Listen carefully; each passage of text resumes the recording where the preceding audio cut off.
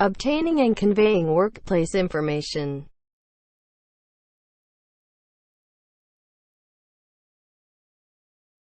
Information can come from virtually anywhere: social media, blogs, personal experiences, books, journal and magazine articles, expert opinions, newspapers, and websites, and the type of information you need will change depending on the question you are trying to answer.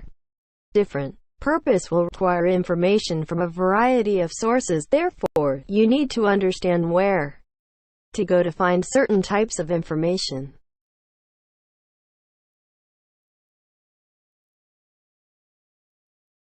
By doing this, the specific and relevant information is actually accessed from appropriate sources.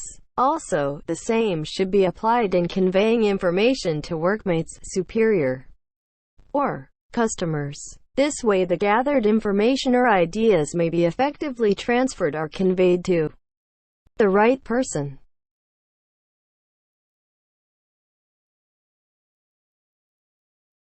Two general types of communication. 1. Verbal. These are oral and written communications. 2. Nonverbal. These are visual images, printed or digital, and body language, facial expressions, gestures, eye contact, sign language, etc. Verbal communication. The sharing of information between individuals by using speech.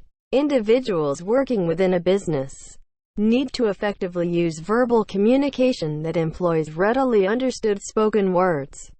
Verbal communications are of two types: 1. Oral communication. 2. Written communication.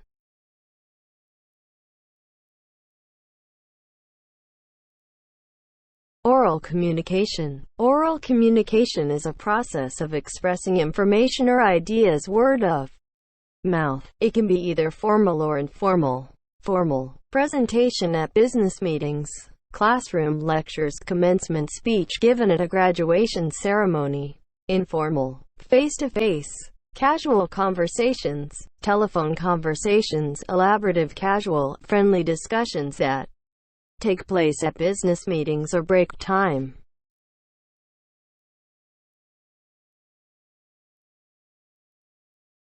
Advantages of oral communication. Oral communication is best in case of problem resolution. Oral communication is essential for teamwork and group energy. It is best to transfer private and confidential matter. There is high level of understanding and transparency in oral communication, as it is interpersonal and feedback is spontaneous. Thus, decisions can be made quickly without delay. Disadvantages of oral communication. There may be misunderstanding as the information is not complete. It requires activeness on the part of the audience, receiver. Oral communications are not easy to maintain. It is time-saving as far as daily interactions are concerned, but in case of meetings, long speeches consume a lot of time.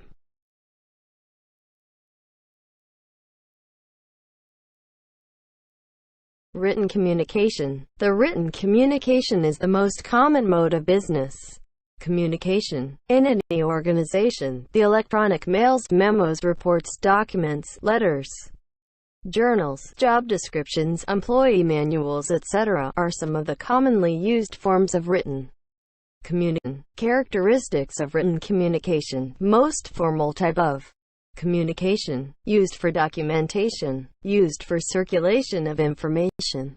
Conventional by nature. Presence of both sender and receiver is not necessary at the same time.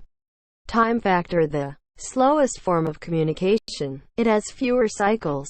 A creative activity.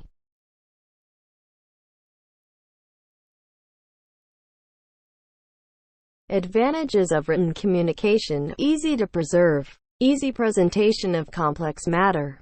Permanent record. Prevention of wastage of time and money. Accurate presentation. Use as a reference. Delegation of authority. Longevity. Effective communication. Maintaining image.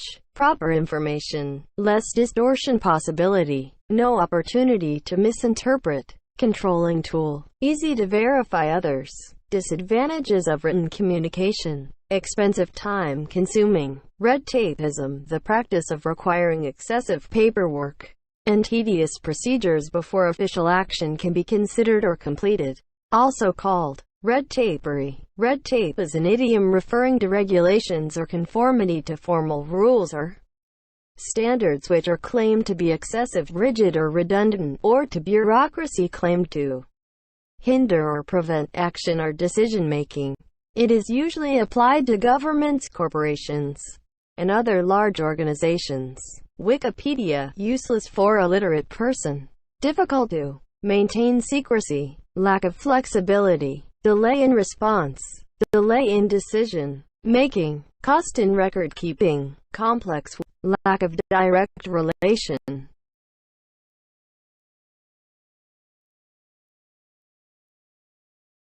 Non-verbal communication, communication without the use of spoken language. Non-verbal communication includes gestures, facial expressions, and body positions, as well as unspoken understandings and presuppositions, and cultural and environmental conditions that may affect any encounter between people. Characteristics of nonverbal communication: verbal and nonverbal clues coexist. Body postures, gestures, and dress suggestive of social status and education level.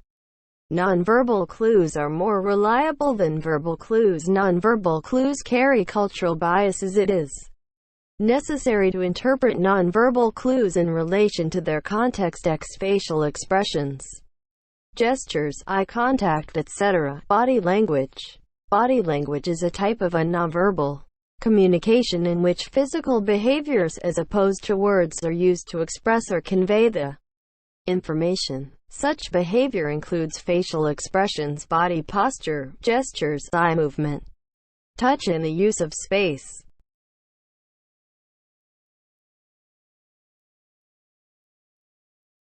Visual communication. Use of visual images is the practice of using visual elements to convey a message, inspire change, or evoke emotion. It's one part communication design, crafting a message that educates, motivates, and engages, and one part graphic design, using design principles to communicate that message so that it's clear and eye-catching. Effective visual communication should be equally appealing and informative. Some common types of visual communications in the workplace include infographics, process diagrams, flow charts, road maps, charts and graphs, visual reports, slide graphical presentations, mind maps.